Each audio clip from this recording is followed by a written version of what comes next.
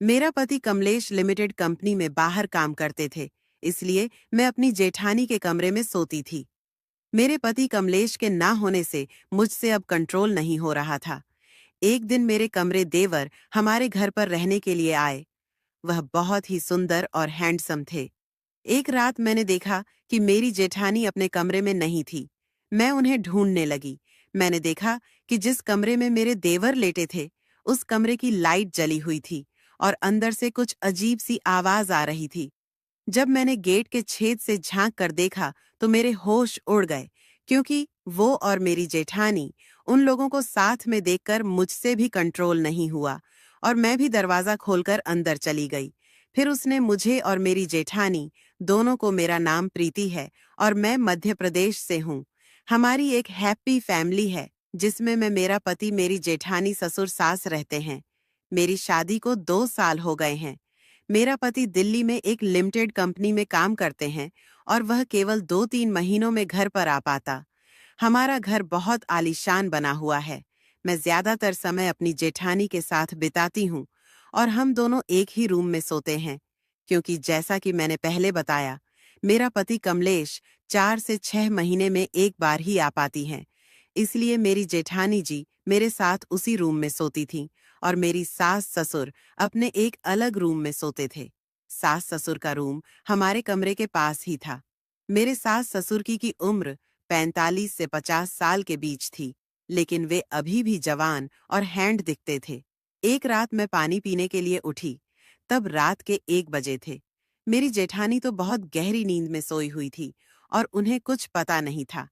जैसे ही मैं पानी पी के उठी, मेरे सास ससुर के कमरे से अलग अलग तरह की आवाजें आ रही थीं। जब मैंने ध्यान से सुना तो वह आवाजें थोड़ी अलग ही थीं। मेरे सास ससुर के कमरे के दीवार में एक छेद था। जब मैंने दीवार के छेद से देखा तो उनके कमरे की हल्की लाइट जल रही थी। मैंने देखा कि मेरे सास ससुर एक दूसरे से इतनी रात को बातें कर रहे थे। मुझे थोड़ा अजीब महसूस हुआ। उस वक्त मुझे लगा कि किसी औरत के लिए पति की कमी क्या होती है। मैं पानी पीकर वापस गई और अपने रूम में सोने के लिए चली गई। हम लोग जब सुबह का नाश्ता करने बैठे थे, तभी हमारे मेन गेट की घंटी बजी। मेरी जेठानी ने गेट खोला तो 22 साल का लड़का हमारे गेट के सामने खड़ा था। मेरी जेठानी ने बताया कि यह हमारा देवर है। ये भी एक कंपनी में जॉब करने के लिए आए थे और इसी की वजह से वह हमारे यहाँ रहने के लिए आए थे। हमारे पास वैसे भी एक कमरा खाली पड़ा है। मैंने सोचा उसी में ही वो शिफ्ट हो जाएंगे तो मेरा भी भला हो जाएगा। मेरी जेठानी ने कहा, आदत के बहुत अच्छे हैं और वह हमारी हर बात को करने के लिए तैयार रहते हैं। और देवर जी रूम में अंदर आए और रूम देखने लगे।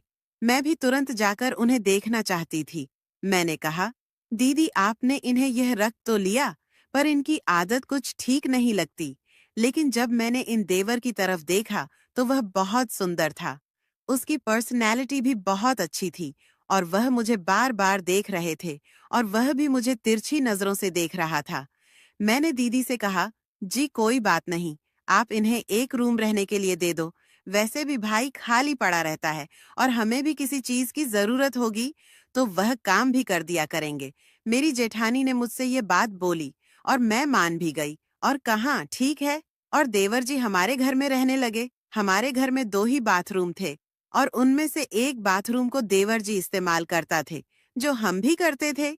एक दिन देवर जी का गैस सिलेंडर खत्म हो गया। वह मेरी जेठानी के पास आए और कहने लगे, भाभी जी गैस सिलेंडर खत्म हो गया है, क्या मैं आपके रसोई घर में रोटी बना सकता हूँ? तो मेरी दीदी ने कहा, कोई बात नहीं, आज के दिन तुम हमारे यहाँ नीचे आकर खाना खा लो, हम तुम्हारे लिए खाना बना देंगे। प्रीति तुम्हारे कमरे में रोटी पहुंचा देगी। तो देवर जी ने बोला, ठीक है, जैसे आप कहें। फिर वह अपने रूम में चले गए। मेरी जेठानी जी ने कहा, प्रीति देवर जी के लिए खाना बना दो और थोड़ा जल्दी पहुंचा देना। मैंने कहा, दीदी ठीक है। जेठानी जी ने जल्दी जल्दी खाना बनाया और मैंने खाना टिफिन में रखा। फिर मैं उन्हें देने के लिए चल पड़ी। मैंने देवर जी उसके रूम तो देखते फिल्म में रोमांटिक सीन आ गया। वह सीन ऐसा था कि मैंने अपनी नजर हटा ली। वह कहने लगे, पता नहीं फिल्म वाले कैसे कैसे सीन दिखा देते हैं। मैंने कुछ नहीं कहा। फिर मैंने कहा, ठीक है, अब मैं चलती हूँ। उन्होंने ने कहा, भाभी जी पूरी फिल्म देख कर जाइए। मैंने कहा, नहीं नहीं, और अपने कमरे में चली गई। रात में मैं देवर जी के बारे में सोचती रही कि वह कितने हैंडसम थे। जब मैं उन्हें खाना देने गई थी, तभी मैंने तय कर लिया था कि अब मैं उसे ही अपने सिर का ताज बनाऊंगी। मुझे नींद नहीं आ रही थी। मैं उठी और फिर पानी पीने गई, और मैं पानी पी करके जब आई तो मेरे सास ससुर के कमरे से फिर आवाजें आ रही थीं। आज आवाजें कुछ अलग थीं। फिर मैं तुरंत चली गई तो मैंने देखा राहुल देवर जी के कमरे की लाइट जल रही थी। मैंने सोचा, रात के 12 बजे देवर जी के कमरे की लाइट क्यों जल रही है? मैंने सोचा, चलो जाकर देखती हूँ। जब मैं उनके कमरे में गई तो देखा वह अपने मोबाइल पर वही रोमांटिक फिल्में देख रहे थे। उसने मूवी की आवाज भी बहुत तेज कर रखी थी। मैंने कहा, देवर जी तो उन्होंने तुरंत मूवी की आवाज को कम कर दिया और बोले, हाँ भाभी जी, आइए। मैंने कहा, तुम्हारे कमरे की लाइट अब तक क्यों जल रही है और तुम सोए क्यों नहीं? वह बोले, मुझे नींद नहीं आ रही थी, इसलिए मैं मोबाइल देखने लगा। उन्होंने कहा, भाभी जी, आप अभी तक सोई क्यों नहीं?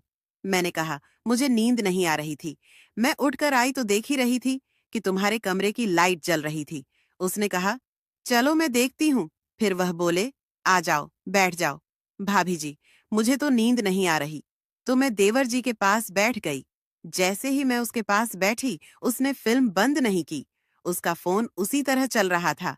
शायद उनके जाने के बाद छोड़ दिया था। मेरी मेरी नजर उनके फोन पर पड़ी तो मुझे कुछ महसूस होने लगा। मैंने चुपके से उनके फोन पर नजर डाली और वह रोमांटिक फिल्म देखने लगी। देवर जी को पता चला कि मैं चुपके से उनके फोन में फिल्म देख रही हूँ। उन्होंने फोन उठाया और कहा, भाभी जी, देखनी है फिल्म?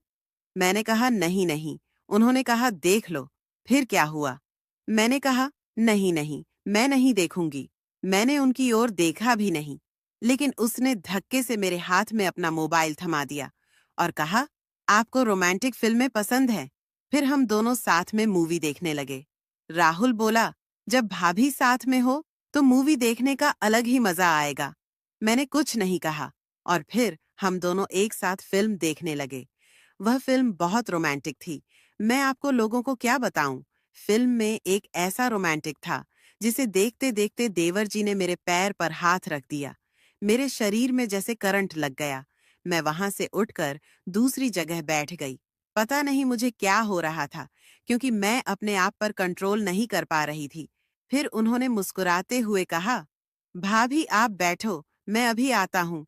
जैसे ही वह आया तो मैं वहीं बैठे हुई थी और उसने गेट की कुंडी लगा दी, और आज फिर मैंने अपनी इच्छा पूरी कर ली। मैं चुपके से उसके कमरे से बाहर निकल गई और फिर सीधा अपने रूम में जाकर लेट गई। फिर मुझे बहुत ही ज्यादा गहरी नींद आ गई। तभी मुझे राहुल देवर जी का फोन आया कि आप फ्री हो तो कल शॉपिंग करने चलेंगे। मैंने भी बहुत दिनों से शॉपिंग नहीं की थी, इसलिए हाँ कर दिया। फिर हम लोगों ने शॉपिंग और हम दोनों घर वापस आ गए। रात का खाना खाकर सो गई।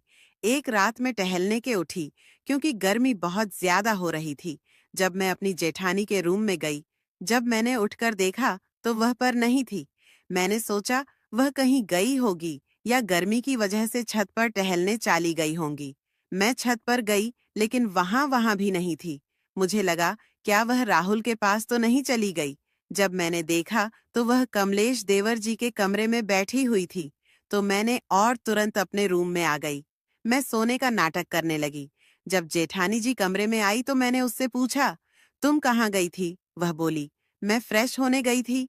मैंने कहा, मैंने तुम्हें राहुल देवर जी के रूम में देखा था। वह बोली, तुम भी कमलेश से बात करती हो तो मैं तो कुछ नहीं कहती। तो दोस्तों, ऐसे ही और भी इंटरेस्टिंग कहानियां सुनने के लिए हमारे आलिया की वॉइस चैनल को अभी सब्सक्राइब करें और हाँ, वीडियो को लाइक करना मत भूले। धन्यवाद।